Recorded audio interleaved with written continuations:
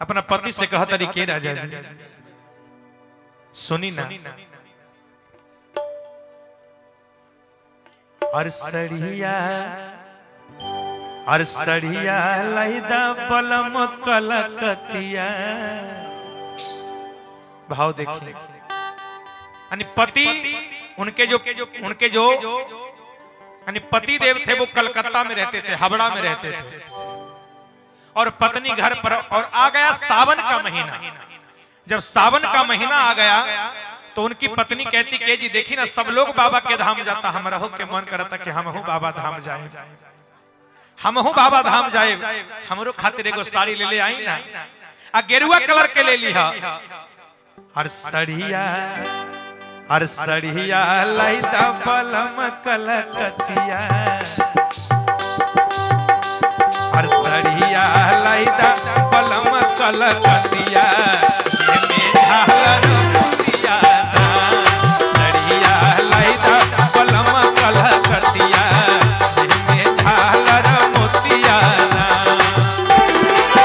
झालर मोतिया ना पलम जी झालर मोतिया ना। झालर मोतिया ना पलम जी झालर मोतिया ना। भावगा सड़िया पहेर जेबे बाबा के नगरिया। सड़िया पहेर जेबे देवघर नगरिया हमरो जुड़ा जाई छतिया ना। सड़िया पहेर जेबे बाबा के नगरिया हमरो जुड़ा जाई छतिया ना।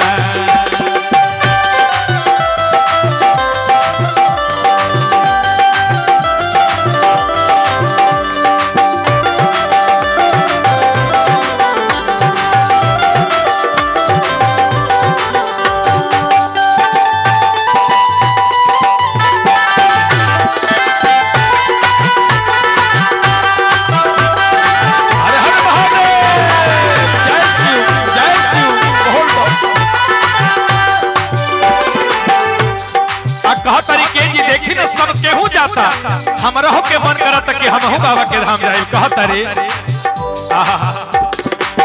गाँव के लोग सब जाता नगरिया।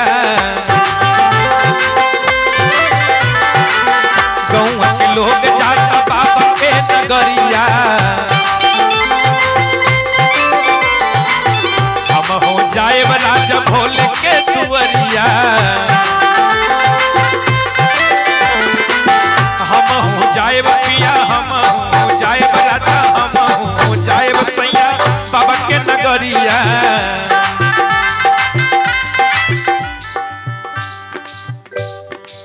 पत्नी कहा तरीके राजा जी अरे गाँव के लोग जाता अरे बाबा के नगरिया।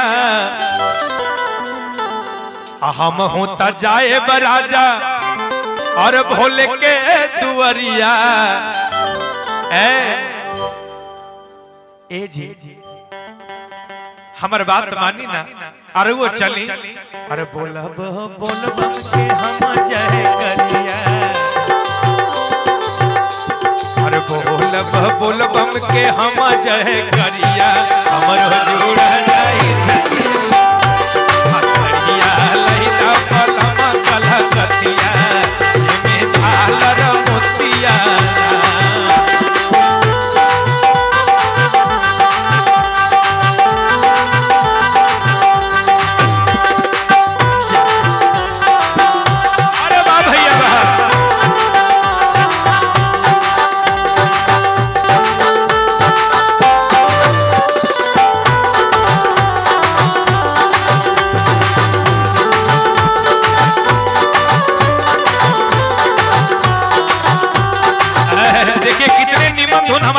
बजा रहे और क्या बजा रहे हैं इहो एगो भावे है। अरे हाय हाय मलमल का कुर्ता, हाय हाय मलमल का कुर्ता। अरे मलमल के कुर्ते पे छीट लाल पान खाए सैया हमार, पान खाए सैया हमार।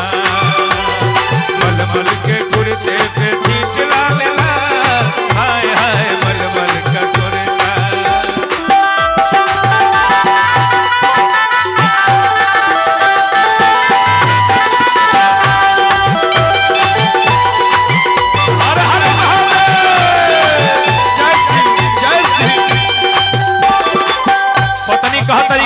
देखी ना सब केहू जाता।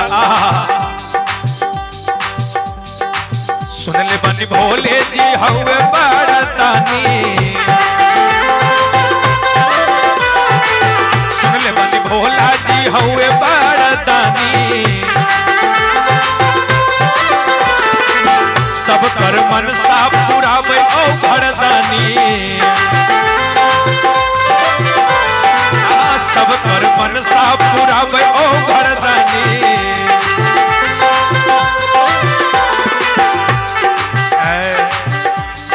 देवरू बेदर्दी, देवरू बेदर्दी जई है संग देव धरिया, हमारो जुड़ा जाई छतिया।